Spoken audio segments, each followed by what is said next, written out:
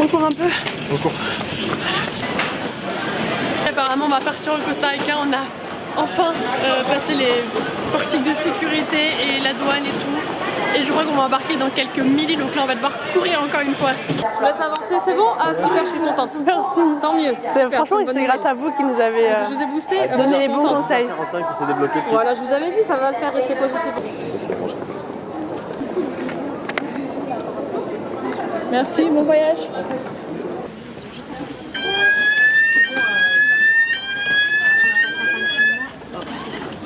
C'est fermé.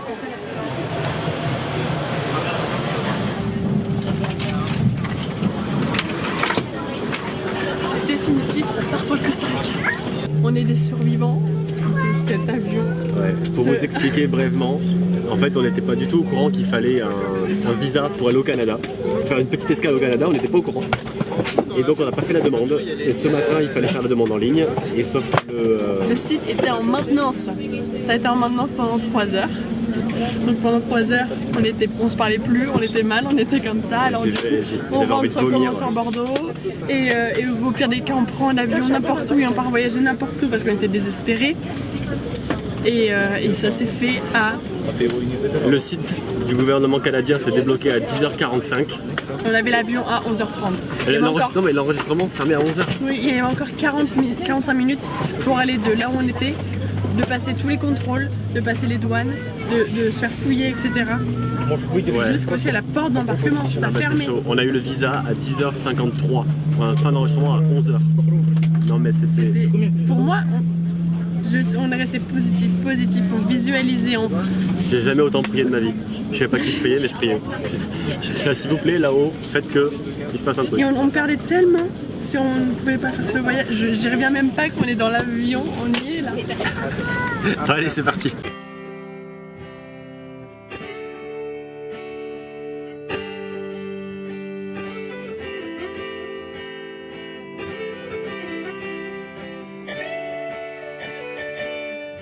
Après 48 heures de voyage complètement dingue, on est enfin arrivé au Costa Rica. Et il fait chaud. On va se découvrir là. Après 48 heures d'avion et de voyage, Ouais. après 1h30 d'attente de bus, après 2 heures de bus, On aperçoit enfin l'océan plage. Pacifique. Oui. Et on va aller faire un Il y a petit des parce qu'on a vagues. trop chaud. Oui. Et c'est février. Et ça y est, on vit en été là. On va pouvoir. Je crois que c'est ça qui commence.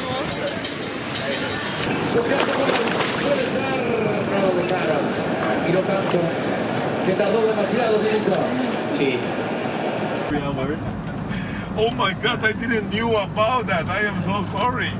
Wow, I hope you can enjoy a little bit about Costa Rica.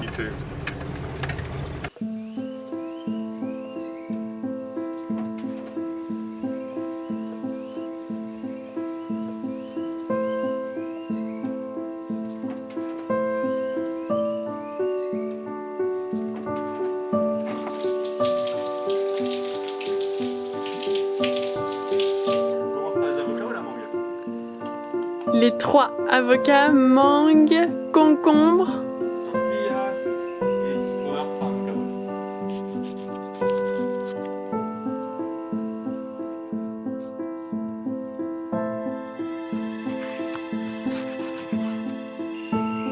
Oh mon Dieu. En plus ça fait avec une chair. Alors on est bien. Oh putain. On va faire un point sur les 20 dernières 48 heures parce que ça n'a pas toujours été comme ça là. On vient de se poser. Ça fait 48 heures qu'on n'a pas dormi. Donc très peu dans l'avion. C'était vraiment le voyage le plus long que j'ai fait.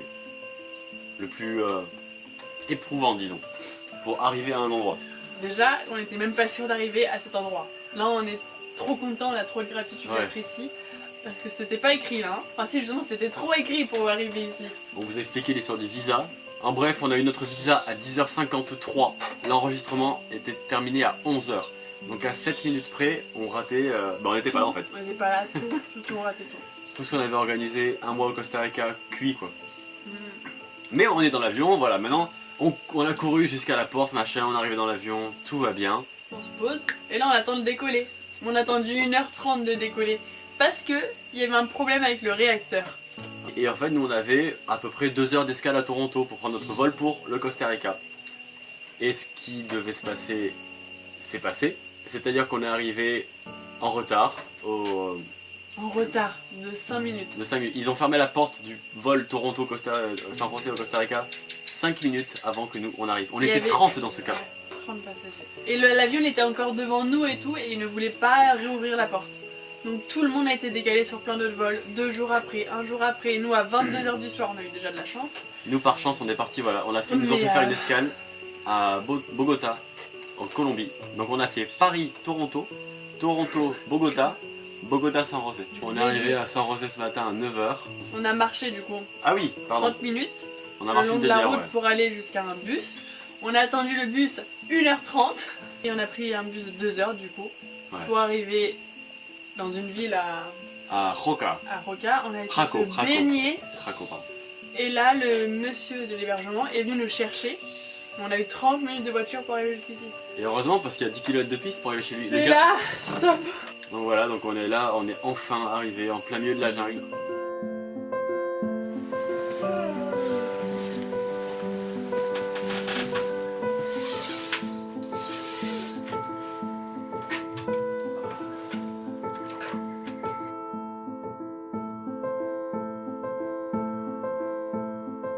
The coffee is like a fresh press, but wow. Yeah. You smell? Yeah. Regarde, on sort un petit peu. Vas-y, regarde. Un petit peu. Very slowly. But... Yeah. I spent all the day for a cup of milk. Ce matin, j'ai réalisé mon rêve, c'était de traire une vache. Et j'ai fait ça, de lait pour mon café.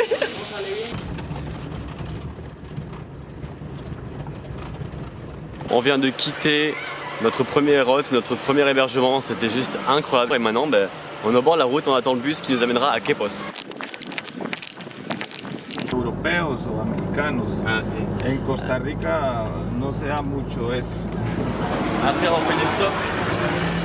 On est enfin dans le nouveau bus pour aller à Quepos. Après, on va à la mer, on va se baigner.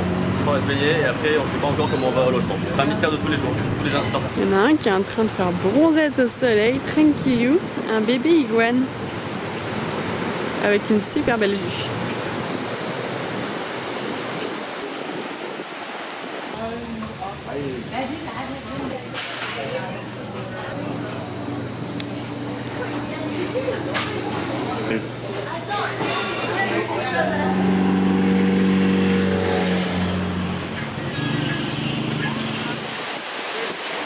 Le voyage au sac à dos, il faut aussi laver des vêtements, sauf que c'est très humide le Costa Rica. Du coup ça n'a pas séché hier soir, donc on trouve n'importe quoi pour faire sécher le vêtement la journée.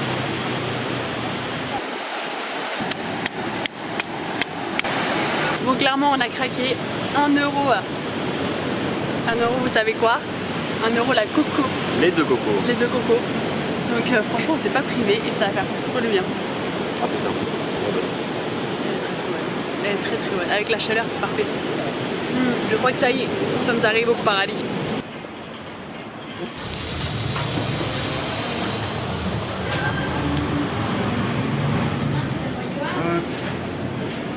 Belle petite course du jour.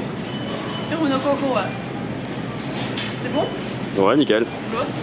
Comme tu le sais, on bouge au Costa Rica sans voiture. Et donc on va au lodge, de lodge en lodge, sans voiture, on comprend les bus, etc. Et alors si tu fais la même chose que nous, vérifie bien l'accessibilité de tes lodges. Parce que là, on est en Uber, et ça va bien faire 1 heure, 1 heure et demie qu'on est dedans, je sais pas combien de temps ça fait. Et ça va très très vite parce qu'il a pas de T4. Donc voilà. Non, ça va très très lentement. Ah oui, pardon. Ça va très très lentement, pardon. Donc on espère arriver avant la tombée de la nuit. Et sinon, déjà il est extrêmement gentil de déjà, continuer de pas incroyable. nous lâcher sur le bord de la route là. Parce qu'il y a des routes comme ça, il a une petite voiture. À tout moment, il aurait pu nous dire bon, je vous dépose et puis vous démerdez quoi. Et là c'est la merde. Et là c'est la merde parce qu'il n'y a pas de réseau, on était à 20 bornes de piste. Dans les montagnes. Bon. Là il reste 4 km ou 5 km, donc au pire s'il nous dépose, bon on se fait chier, ça fait une heure de marche. Mais bon, il y a pire. On te tient au courant quand on arrive. Là c'est un peu la merde. Je sais pas ce qui se... non attends, là, non, qu'est-ce qu'il fait? On va l'aider? Il y a des cailloux. Je vous explique en 2 secondes. Il y a des cailloux sur la route et la voiture elle a patiné dans une grosse côte. Il nous reste pas longtemps, mais je sais pas si on va y arriver là, franchement. Je flippe.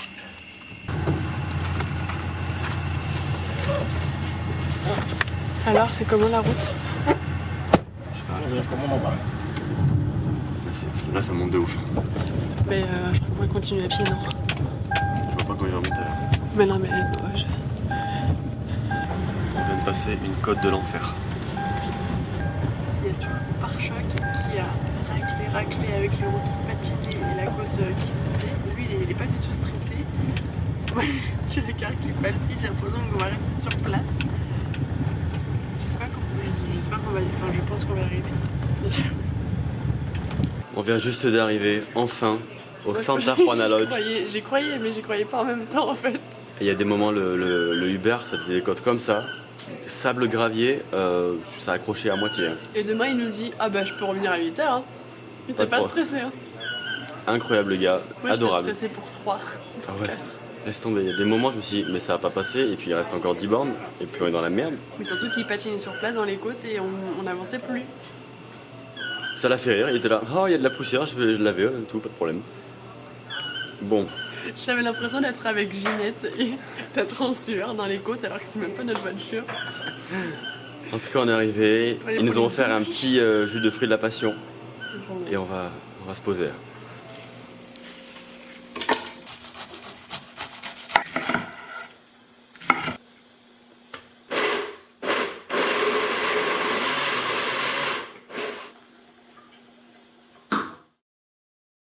C'est le 2e matin au Costa Rica et l'appartement est plutôt pas mal. On est plutôt pas mal, il est juste incroyable.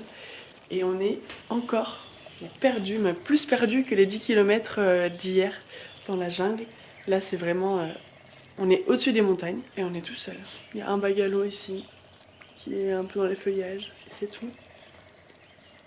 En fait ici tout est décalé parce qu'il se couche le soleil à 5h30, donc en fait à 9h bah, t'es au lit. Et à 5h30, tu commences à te réveiller, 6h, t'es debout, quoi. Et tout le monde est debout au moins à 5h30 ici, enfin, tout le monde, c'est un rythme un peu plus décalé. Mais c'est trop chouette.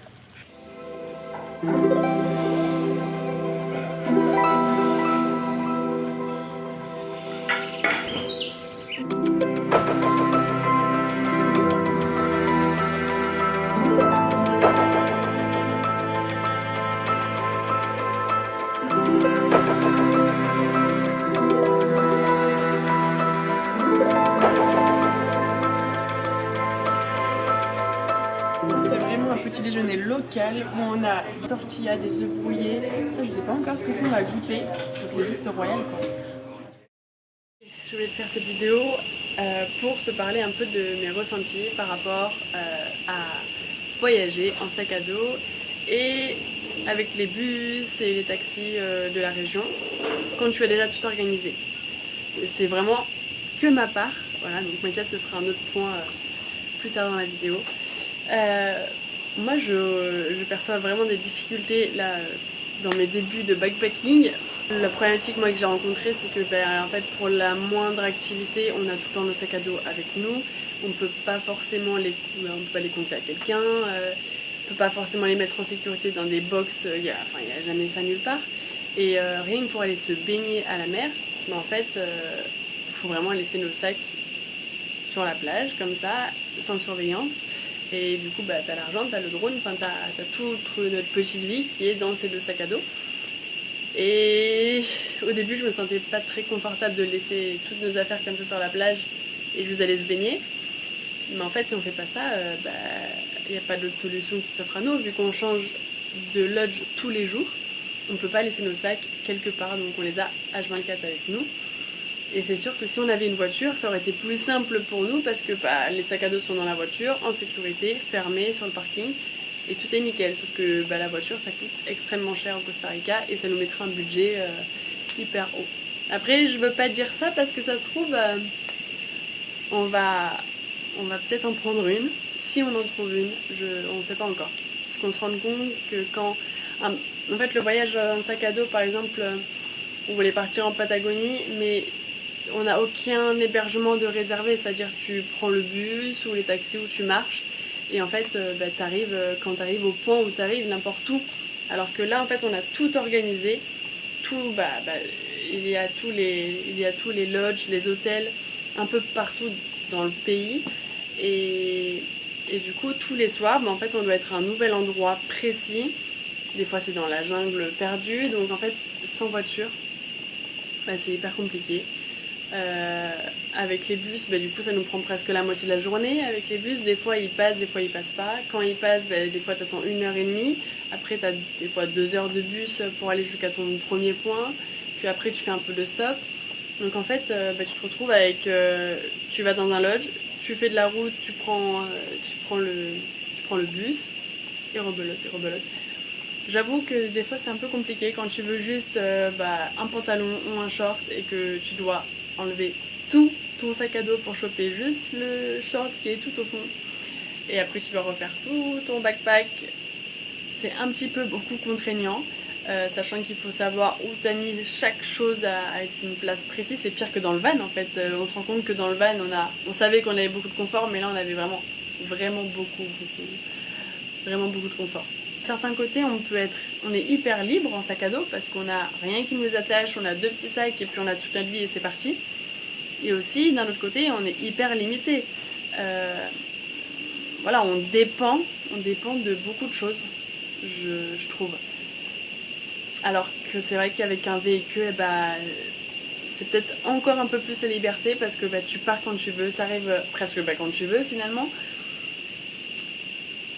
T'es quand même en sécurité, t'as un toit sur la tête et tu peux vraiment aller n'importe où en fait, où tu veux, alors que c'est vrai qu'à pied, au bout d'un moment t'es limité en temps, en fatigue, en énergie, en tout. C'est hyper intéressant comme expérience, je suis très heureuse de la faire.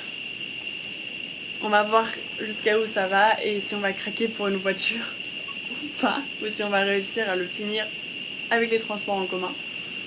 Mais je me dis d'être venu jusqu'ici et de pas prendre la voiture, peut-être qu'on passe à côté de certaines choses qui pourraient nous faciliter ce voyage. Donc voilà, c'est à réfléchir. On va voir ce qu'on fait avec les moyens qu'on peut, le plus raisonnablement possible.